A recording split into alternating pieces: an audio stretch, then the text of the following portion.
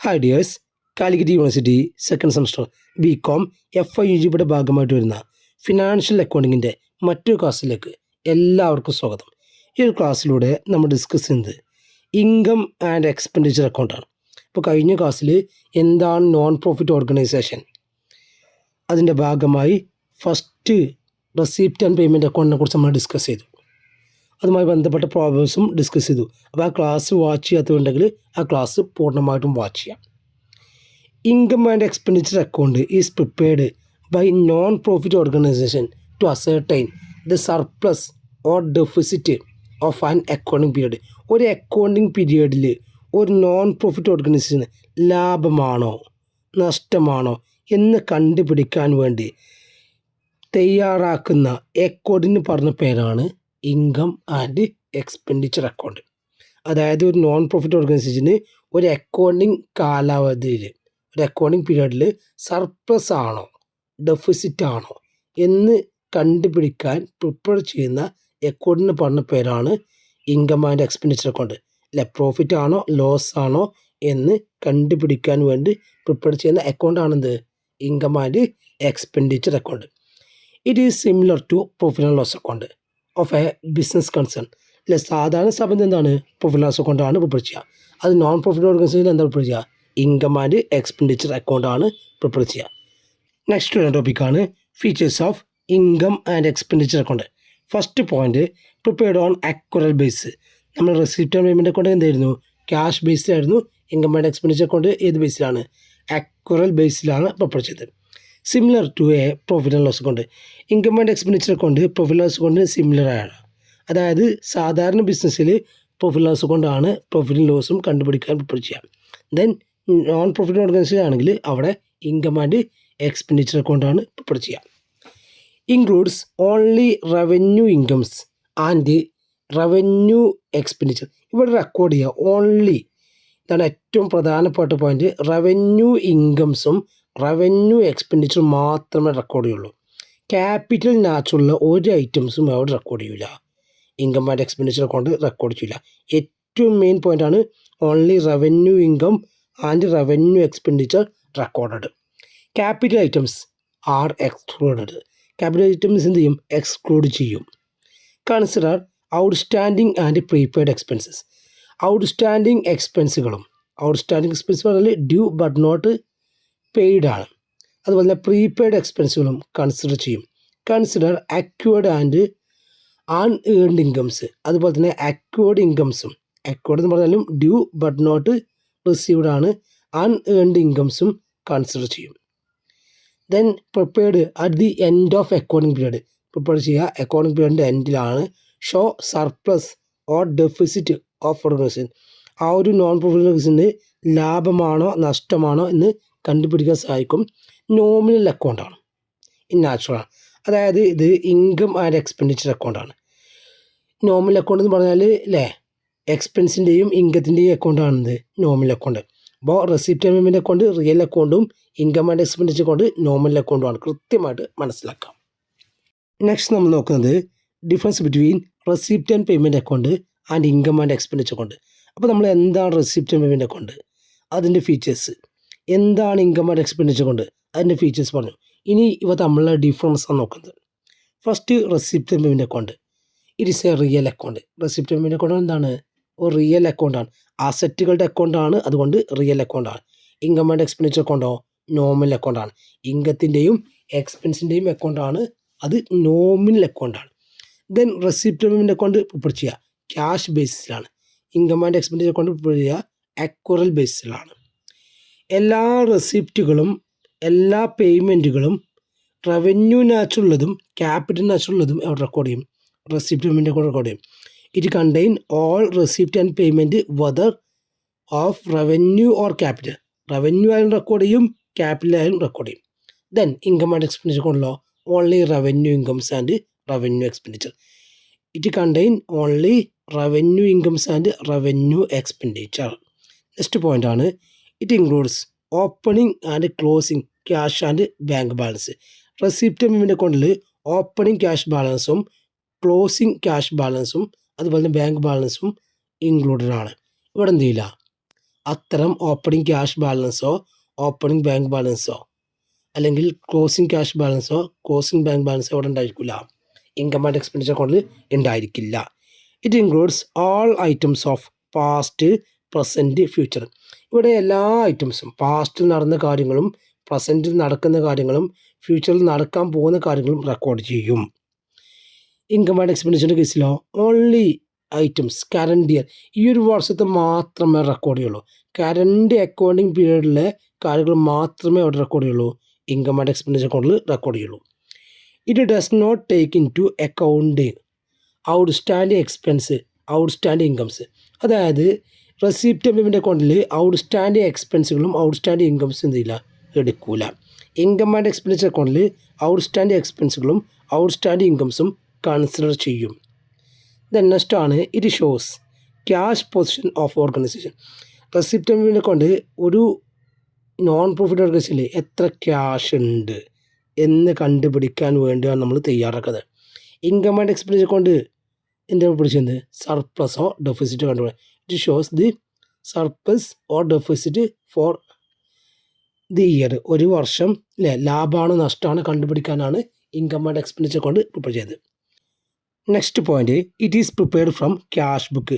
Receipt payment account prepare ചെയ്യുക cash book എന്നാണ്.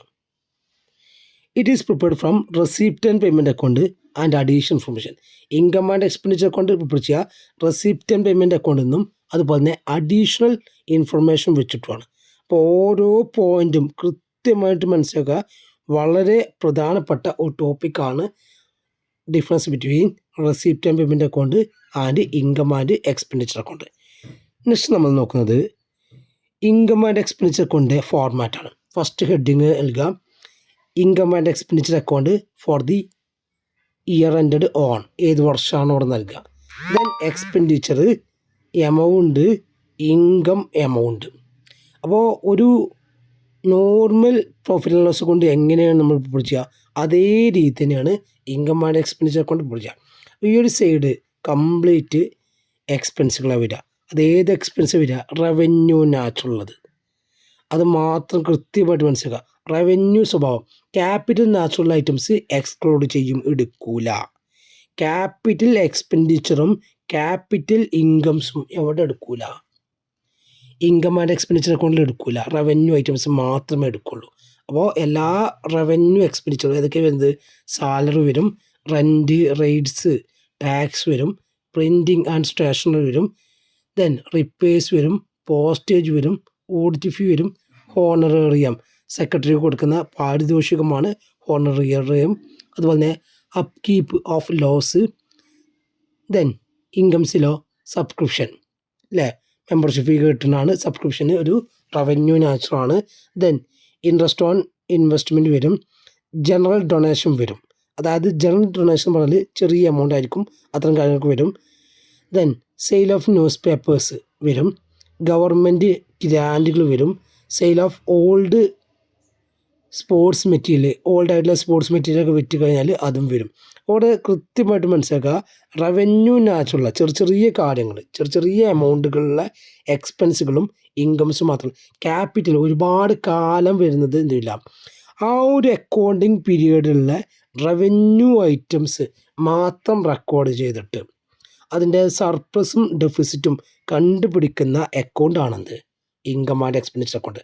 അപ്പോൾ നമുക്ക് ഈ ഒരു സൈഡ് ഇൻകം സൈഡാണ് കൂടുതൽ കിട്ടിയെങ്കിൽ നമുക്ക് ഇവിടെയാണ് ബാലൻസ് വരിക അല്ലേ, അപ്പോൾ സർപ്ലസ് ആയിരിക്കും.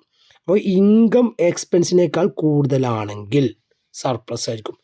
Income greater than expenditure is called surplus. ഇനി എക്സ്പെൻഡിച്ചർ ഇൻകത്തിനേക്കാൾ കൂടുതൽ, ഈ ഒരു സൈഡ് അല്ലേ, ഈ ഒരു സൈഡിനേക്കാൾ കൂടുതലാണെങ്കിൽ എക്സ്പെൻഡിച്ചർ ഗ്രേറ്റർ ദാൻ ഇൻകം ആണെങ്കിൽ ഡെഫിസിറ്റ് ആയിരിക്കും. ആ കാര്യം കൃത്യമായിട്ട് മനസ്സിലാക്കുക. ഇൻകം ഗ്രേറ്റർ ദാൻ എക്സ്പെൻസ് ആണെങ്കിൽ സർപ്ലസും, എക്സ്പെൻസ് ഗ്രേറ്റർ ദാൻ ഇൻകം ആണെങ്കിൽ ഡെഫിസിറ്റും. നെക്സ്റ്റ് നമ്മൾ നോക്കാൻ പോകുന്നത് കുറച്ച് അക്കൗണ്ടിങ് അഡ്ജസ്റ്റ്മെൻ്റ് ആണ്, അക്കൗണ്ടിങ് ട്രീറ്റ്മെൻറ്റുകളാണ്. ഇൻകം ആൻഡ് എക്സ്പെൻഡിച്ചർ അക്കൗണ്ടുമായി ബന്ധപ്പെട്ട ട്രീറ്റ്മെൻറ്റുകളാണ്. ഓരോ ട്രീറ്റ്മെൻറ്റുകളും കൃത്യമായിട്ട് മനസ്സിലാക്കാം. അപ്പോൾ നമ്മൾ പറഞ്ഞു income and expenditure account prepare ചെയ്യുക ആക്വറൽ ബേസിലാണ്. The following are the items and their accounting treatment in the income and expenditure account. താഴെ നൽകിയിട്ടുണ്ട് ഓരോ ഐറ്റംസും അതിൻ്റെ അക്കൗണ്ടിങ് ട്രീറ്റ്മെൻറ്റും ഓരോന്നും കൃത്യമായിട്ട് മനസ്സിലാക്കാം. ഫസ്റ്റ് നമ്മൾ നോക്കുന്നത് ക്രെഡിറ്റ് സൈഡാണ്. ക്രെഡിറ്റ് സൈഡിൽ ഇൻകംസ് ആണ് വരിക, നമുക്കറിയാം. ക്രെഡിറ്റ് സൈഡിൽ ഇൻകംസ് ആണ്. അപ്പോൾ ഏതൊക്കെ ഇൻകംസ് ആണ്, അതെങ്ങനെയൊക്കെയാണ് അതിൻ്റെ അക്കൗണ്ട് ട്രീറ്റ്മെൻറ്റ് നോക്കാം. സബ്സ്ക്രിപ്ഷന് നമ്മൾ റെക്കോർഡ് ചെയ്യുക അല്ലേ, കറണ്ട് പീരീഡിലുള്ളതാണ്. ഈ ഒരു കറണ്ട് പീരീഡിൽ സബ്സ്ക്രിപ്ഷൻ റെക്കോർഡ് ചെയ്യുക, അത് ക്രെഡിറ്റ് ചെയ്യാം. അക്കൗണ്ട് ട്രീറ്റ്മെൻറ്റ് ക്രെഡിറ്റ് ആണ്. റവന്യൂ ഇൻകാണ്. സബ്സ്ക്രിപ്ഷൻ എന്താണ്? റവന്യൂ ഇൻകാണ്. എൻട്രൻസ് ഫീ റവന്യൂ ഇൻകാണ്, ക്രെഡിറ്റ് ആൻ ചെയ്യുക. ഇൻകാണ് ദെൻ ക്രെഡിറ്റ് ആൻ ചെയ്യുക, റവന്യൂ ഇൻകാണ്. അതുപോലെ തന്നെ ജനറൽ ഡൊണേഷൻ ക്രെഡിറ്റ് ആൻ ചെയ്യുക, റവന്യൂ ഇൻകാണ്. ഇൻട്രസ്റ്റ് റിസീവ്ഡ് ക്രെഡിറ്റ് ആൻ ചെയ്യുക, റവന്യൂ ഇൻകാണ്. റെൻറ്റ് റിസീവ്ഡ് ക്രെഡിറ്റ് ആൻ ചെയ്യുക, റവന്യൂ ഇൻകാണ്. Sale of old newspaper, ഈ ഓൾഡ് ന്യൂസ് പേപ്പറൊന്നും എന്തല്ല, ക്യാപിറ്റൽ നാച്ചുറൽ അല്ല, റവന്യൂ നാച്ചുറൽ ആണ്. അതുകൊണ്ട് നമ്മൾ ക്രെഡിറ്റ് ചെയ്യും, റവന്യൂ ഇൻകാണ്. മിസ്ലേണിയസ് ഇൻകംസ് ഒക്കെ എന്താണ്? റവന്യൂ ഇൻകംസ് ആണ്. അപ്പോൾ ഓരോ ഇൻകംസിൻ്റെയും അക്കൗണ്ട് ട്രീറ്റ്മെൻറ്റ് ജസ്റ്റ് ആ ഫോർമാറ്റിലെ കാര്യങ്ങൾ തന്നെയാണ്, എങ്കിലും കുറച്ചും കൂടി ട്രീറ്റ്മെൻറ്റ് ഇവിടെ കൃത്യമായിട്ട് മനസ്സിലാക്കാം. ദെൻ എക്സ്പെൻഡിച്ചർ, ഡെബിറ്റ് സൈഡിൽ വരുന്ന എക്സ്പെൻഡിച്ചർ ഏതൊക്കെ നോക്കാം. സാലറീസ്, അതുപോലെ തന്നെ വേജസ്, സാലറിയും വേജും വരും. റെൻ്റ് ആൻഡ് റൈറ്റ്സ് വരും. പ്രിൻറ്റിങ് ആൻഡ് സ്റ്റേഷനറി വരും. പോസ്റ്റേജ് ആൻഡ് ടെലഗ്രാം വരും. ഇൻഷുറൻസ് വരും. ഇലക്ട്രിസിറ്റി ചാർജ് വരും. Repairs, audit fee, depreciation. കൃത്യമായിട്ട് ശ്രദ്ധിക്കുക, ഡിപ്രിസിയേഷൻ കറണ്ട് ഇയറിൽ വരുന്നതാണ്, അത് വരും. Then മിസ്ലേണിയസ് expense. നെക്സ്റ്റ് നമ്മൾ നോക്കാൻ പോകുന്നത് നോൺ പ്രോഫിറ്റ് ഓർഗനൈസേഷൻ്റെ അക്കൗണ്ടിങ് ട്രീറ്റ്മെൻറ്റുമായി ബന്ധപ്പെട്ട കുറച്ച് അഡ്ജസ്റ്റ്മെൻറ്റുകളും അതിൻ്റെ പ്രോബ്ലംസുമാണ്. അതിൽ ഏറ്റവും കൂടുതൽ പ്രാധാന്യം നൽകേണ്ട ഒരു ഏരിയയാണ് സബ്സ്ക്രിപ്ഷൻ. സബ്സ്ക്രിപ്ഷനുമായി ബന്ധപ്പെട്ട പ്രോബ്ലംസ് യൂണിവേഴ്സിറ്റി എക്സാമിന് റിപ്പീറ്റ് ചെയ്ത് ചോദിക്കാറുണ്ട്. രണ്ട് രീതിയിലുള്ള ഫോർമാറ്റ് നമ്മളിവിടെ അറിഞ്ഞിരിക്കണം. ഒരു ഫോർമാറ്റ് എന്ന് പറഞ്ഞാൽ നമുക്ക് സബ്സ്ക്രിപ്ഷൻ ഇൻകം ആൻഡ് എക്സ്പെൻഡിച്ചർ അക്കൗണ്ടിൻ്റെ ഒരു എമൗണ്ട് തരും. എന്നിട്ട് റെസിപ്റ്റ് ആൻഡ് പേയ്മെൻറ്റ് അക്കൗണ്ടിൻ്റെ കാണിക്കുന്ന ബാലൻസ് കാണാൻ ഒരു ഫോർമാറ്റ്.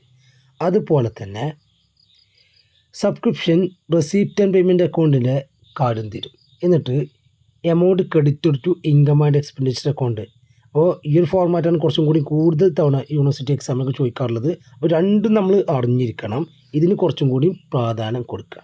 അപ്പോൾ ഫസ്റ്റ് ഫോർമാറ്റ് എങ്ങനെ വരുന്നത് നോക്കാം. ഒന്നാമത്തെ ഫോർമാറ്റിന് നേരെ ഓപ്പോസിറ്റാണ് രണ്ടാമത്തെ ഫോർമാറ്റ്. ഫസ്റ്റ് നമ്മളിവിടെ subscription as per income and expenditure അക്കൗണ്ടാണ്. ഇതാണ് നമുക്ക് നൽകിയ ബാലൻസ് എങ്കിൽ ഇൻകം ആൻഡ് എക്സ്പെൻഡിച്ചർ അക്കൗണ്ട് തന്നിട്ട് റെസിപ്റ്റ് ആൻഡ് പേയ്മെൻറ്റ് അക്കൗണ്ടിൻ്റെ എമൗണ്ടാണ് കാണണമെങ്കിൽ നമ്മൾ എന്ത് ചെയ്യണം? Subscription outstanding at the beginning add ചെയ്യണം. അതുപോലെ തന്നെ subscription received in advance at the end, ഇവിടെ എൻഡാണ്, എൻഡും ആഡ് ചെയ്യണം. അപ്പോൾ ഇവിടെ ശ്രദ്ധിക്കുക, ബിഗിനിങ്ങും ആഡ് ചെയ്യണം, ഔട്ട്സ്റ്റാൻഡിങ് ബിഗിനിങ്ങും അഡ്വാൻസ് എൻഡും ആഡ് ചെയ്യണം. അത് കൃത്യമായിട്ട് പഠിക്കുക. അതിന് നേരെ ഓപ്പോസിറ്റ് കുറക്കും വേണം. എന്താണ്? സബ്സ്ക്രിപ്ഷൻ ഔട്ട്സ്റ്റാൻഡിങ് അറ്റ് എൻഡും അഡ്വാൻസ് അറ്റ് ബിഗിനിങ്ങും കുറക്കും വേണം. കൃത്യമായിട്ട് മനസ്സിലാക്കുക. ഏതൊക്കെയാണ് ആഡ് ചെയ്യേണ്ടത് നോക്കിയാൽ മതി. ഇൻകം ആൻഡ് എക്സ്പെൻഡിച്ചർ അക്കൗണ്ടിൻ്റെ എമൗണ്ടാണ് തന്നിട്ടില്ലെങ്കിൽ ഔട്ട്സ്റ്റാൻഡിങ് ബിഗിനിങ് ആണ് ആഡ് ചെയ്യേണ്ടത്, അഡ്വാൻസ് എൻഡും ആണ് ആഡ് ചെയ്യേണ്ടത്. ദെൻ നേരെ ഓപ്പോസിറ്റ് ആയിട്ടുള്ള ഔട്ട്സ്റ്റാൻഡിങ് അറ്റ് ദി എൻഡ് കുറക്കുക, അതുപോലെ തന്നെ അഡ്വാൻസ് അറ്റ് ദി ബിഗിനിങ്ങും കുറക്കുക. അപ്പോൾ നമുക്ക് എന്ത് കിട്ടും? റെസിപ്റ്റ് ആൻഡ് പേയ്മെൻറ്റ് അക്കൗണ്ടിൽ കാണിക്കേണ്ട, അതായത് ഷോ ചെയ്യുന്ന ബാലൻസ് കിട്ടും. ഇനി സെക്കൻഡ് ഫോർമാറ്റാണ്. ഇവിടെ എന്താണ്? Subscription as per receipt and payment അക്കൗണ്ടാണ് നമുക്ക് നൽകിയിട്ടുള്ളത്. അപ്പോൾ ഇവിടുന്നാണ് ചോദ്യം കൂടുതൽ വരാറുള്ളത്. രണ്ടും കൃത്യമായിട്ട് മനസ്സിലാക്കുക. അപ്പോൾ രണ്ടും മനസ്സിലാക്കി കഴിഞ്ഞാൽ ഇവിടുന്ന് ചോദ്യം നിങ്ങൾക്ക് തെറ്റൂല. ഇവിടെ നേരെ ഓപ്പോസിറ്റാണ്. ഇവിടെ ഔട്ട്സ്റ്റാൻഡിങ് എൻഡാണ് നമ്മൾ ഫസ്റ്റ് ആഡ് ചെയ്യേണ്ടത്. ദെൻ അഡ്വാൻസ് ബിഗിനിങ് ആണ് ആഡ് ചെയ്യേണ്ടത്. ഔട്ട്സ്റ്റാൻഡിങ് എൻഡും അഡ്വാൻസ് ബിഗിനിങ്ങുമാണ് ആഡ് ചെയ്യേണ്ടത്. ആ കാര്യം കൃത്യമായിട്ട് ശ്രദ്ധിക്കുക. ദെൻ സബ്സ്ക്രിപ്ഷൻ ഔട്ട്സ്റ്റാൻഡിങ് ബിഗിനിങ് ലെസ്സാണ്, എൻഡ് അഡ്വാൻസ് എൻഡും ലെസ്സാണ്. അപ്പോൾ ഈ രണ്ട് ഫോർമാറ്റും കൃത്യമായിട്ട് പഠിക്കാം. ഓക്കെ ആണല്ലോ? റെസിപ്റ്റ് ആൻഡ് പേയ്മെൻറ്റ് അക്കൗണ്ട് തരികയാണെങ്കിൽ ഔട്ട്സ്റ്റാൻഡിങ് എൻഡും ആഡ് ചെയ്യുക, അഡ്വാൻസ് ബിഗിനിങ്ങും ആഡ് ചെയ്യുക. ദെൻ ഇൻകം ആൻഡ് എക്സ്പെൻഡിച്ചർ അക്കൗണ്ടിലെ എമൗണ്ട് തരുന്നത് നേരെ ഓപ്പോസിറ്റാണ് ആഡ് ചെയ്യേണ്ടത്. അപ്പോൾ നേരെ ഓപ്പോസിറ്റ് ലെസ്സും ചെയ്യും. ഈ രണ്ട് ഫോർമാറ്റും കൃത്യമായിട്ട് പഠിക്കുക. ഈ രണ്ട് ഫോർമാറ്റും വരുന്ന പ്രോബ്ലംസ് നമുക്ക് നോക്കാം. ഫസ്റ്റ് നമ്മൾ ഒരു പ്രോബ്ലം നോക്കാം. From the following information calculate amount of subscription shown receipt and payment account.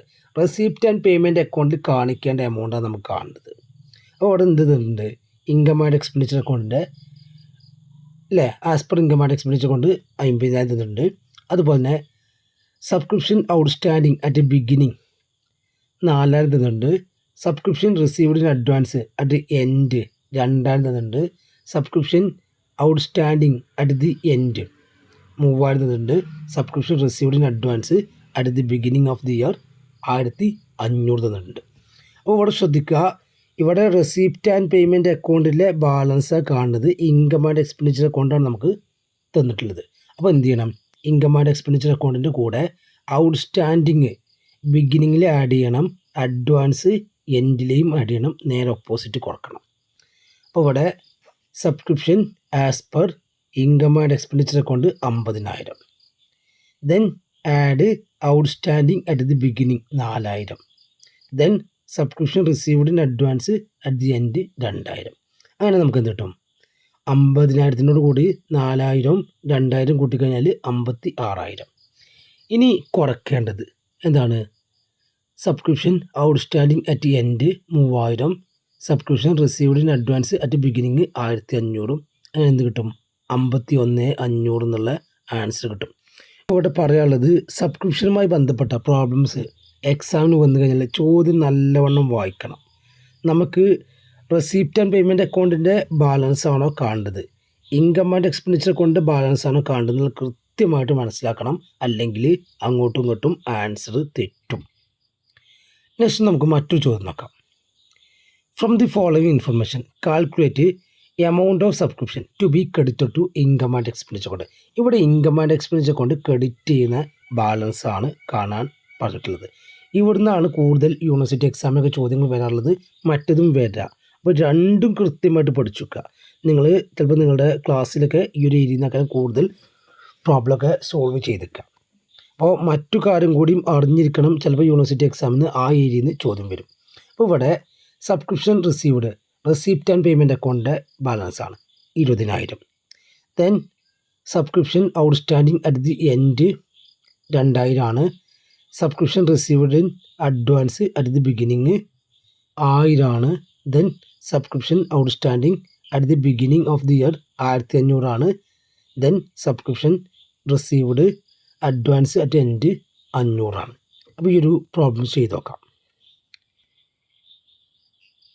First subscription as per receipt and payment account 20,000. ഇനി എന്താണ് ആഡ് ഉണ്ട്? ഔട്ട്സ്റ്റാൻഡിങ് അറ്റ് എൻഡ് ആണ്. ഔട്ട്സ്റ്റാൻഡിങ് അറ്റ് എൻഡ് 2,000 ആഡ് ചെയ്യാം. Then subscription received in advance at beginning അത് 1,000 add ചെയ്യുക. അങ്ങനെ 23,000 കിട്ടും.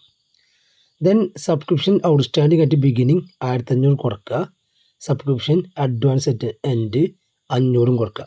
അങ്ങനെ മൊത്തം 2,000 കൊടുക്കണം. 23,000 നിന്ന് 2,000 കുറച്ച് കഴിഞ്ഞാൽ ക്രെഡിറ്റ് ചെയ്യുന്ന എമൗണ്ട് എത്രയാണ്? 21,000 കിട്ടും.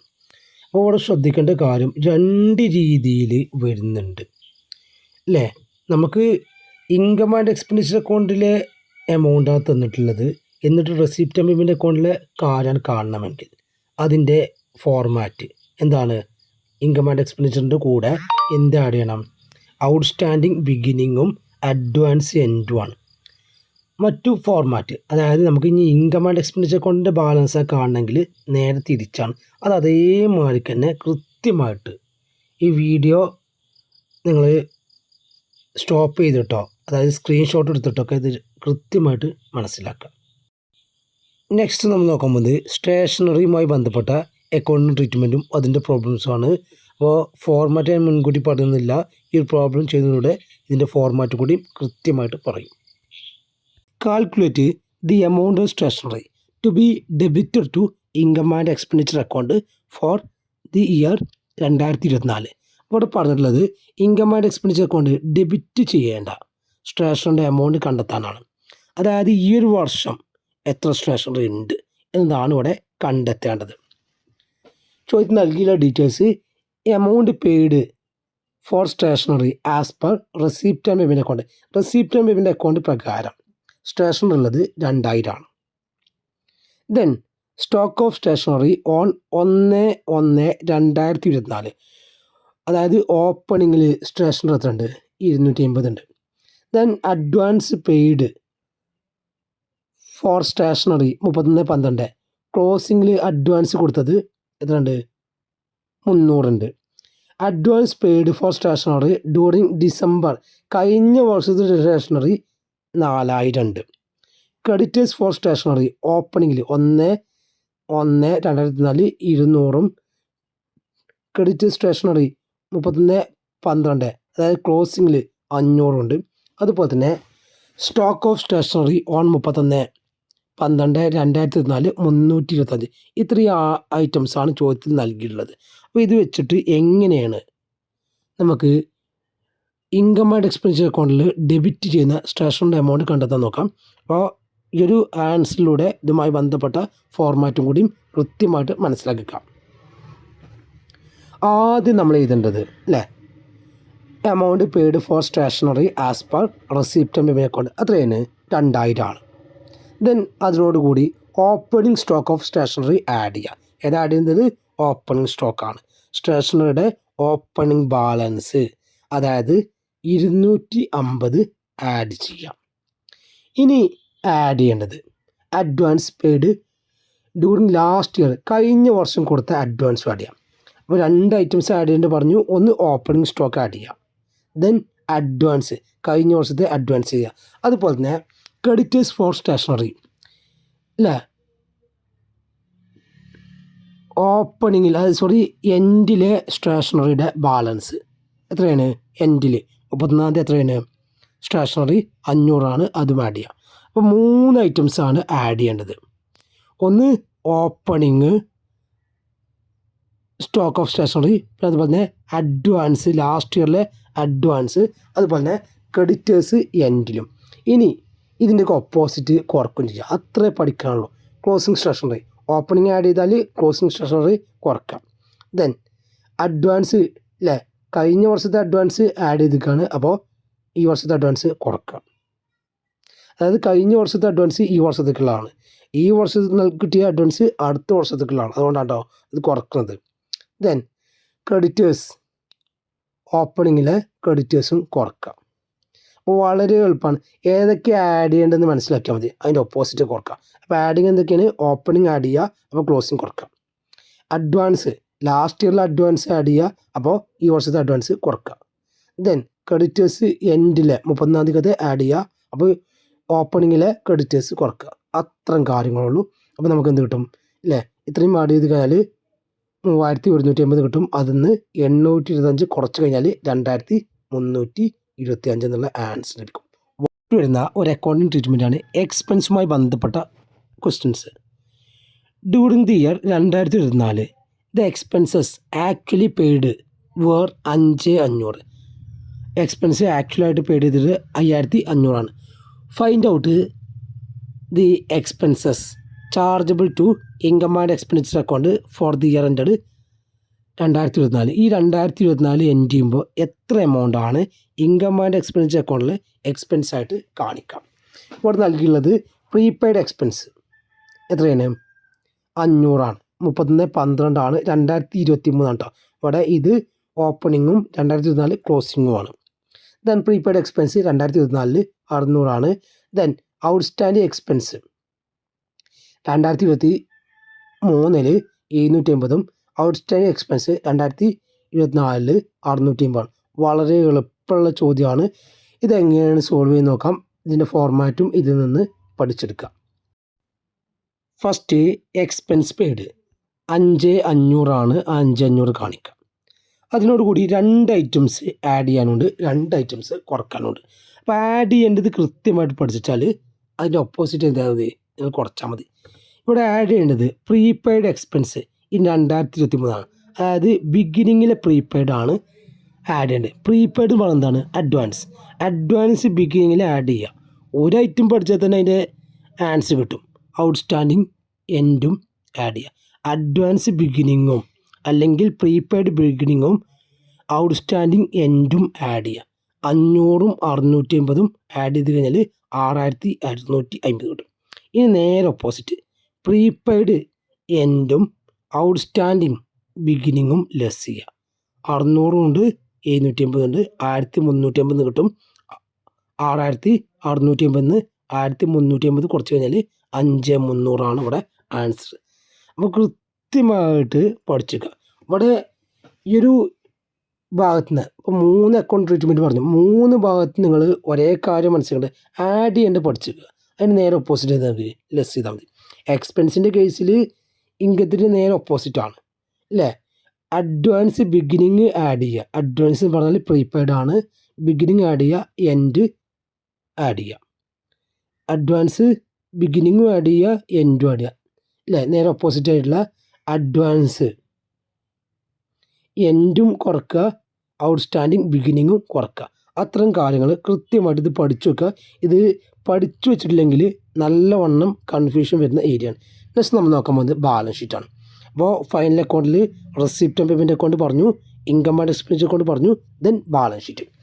Balance sheet of non profit organisation സാധാരണ ബാലൻസ് ഷീറ്റ് തന്നെയാണ്. Same manor as A balance sheet of a business organisation is prepared. നമ്മൾ സാധാരണ ഒരു ബിസിനസ്സിൻ്റെ ബാലൻസ് ഷീറ്റ് എങ്ങനെയാണ് പ്രിപ്പയർ ചെയ്യുന്നത് അതിന് തന്നെയാണ്.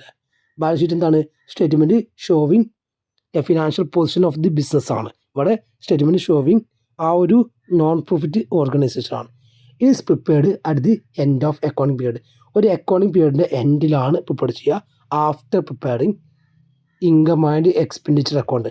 Income and expenditure account prepare ചെയ്തതിന് ശേഷമാണ് ബാലൻസ് ഷീറ്റ് പ്രിപ്പയർ ചെയ്യുക. അപ്പോൾ 3 ഫൈനൽ അക്കൗണ്ടാണ് നോൺ പ്രോഫിറ്റ് ഓർഗനൈസേഷനിൽ. ആദ്യം റെസിപ്റ്റ് ആൻഡ് പേയ്മെൻറ്റ് അക്കൗണ്ട്, അതിൽ നിന്ന് നമ്മൾ എന്ത് ചെയ്യും? Income and expenditure account prepare ചെയ്യും. Then balance sheet. നോക്കുന്നത് ബാലൻസ് ഷീറ്റിൻ്റെ ഫോർമാറ്റാണ്. നോർമൽ ബാലൻസ് ഷീറ്റിൻ്റെ ഫോർമാറ്റ് തന്നെയാണ്. പക്ഷേ നോൺ പ്രോഫിറ്റ് ഓർഗനൈസേഷൻ ആയതുകൊണ്ട് അവരുമായി ബന്ധപ്പെട്ട കുറച്ച് ഐറ്റംസും കൂടി വരുന്നുള്ള കാര്യം മനസ്സിലാക്കാം. ദെൻ ലാബിലിറ്റി സൈഡിൽ ഇൻകം റിസീവ്ഡ് ഇൻ അഡ്വാൻസ് ലാബിലിറ്റിയാണ്. ഔട്ട്സ്റ്റാൻഡിങ് എക്സ്പെൻസും ലാബിലിറ്റിയാണ്. അപ്പോൾ ഇൻകം റിസീവ്ഡ് ഇൻ അഡ്വാൻസ് അഡ്ജസ്റ്റ്മെൻറ്റിലുണ്ടെങ്കിൽ അത് ലാബിലിറ്റി ആയിട്ട് എടുക്കണം. അതുപോലെ തന്നെ ഔട്ട്സ്റ്റാൻഡിങ് എക്സ്പെൻസ് ലാബിലിറ്റി എടുക്കണം. ഇതിൽ രണ്ടിൻ്റെയും നേരെ ഓപ്പോസിറ്റ് അസറ്റായിരിക്കും. ആ കാര്യം കൂടി ഇപ്പം തന്നെ മനസ്സിലാക്കുക.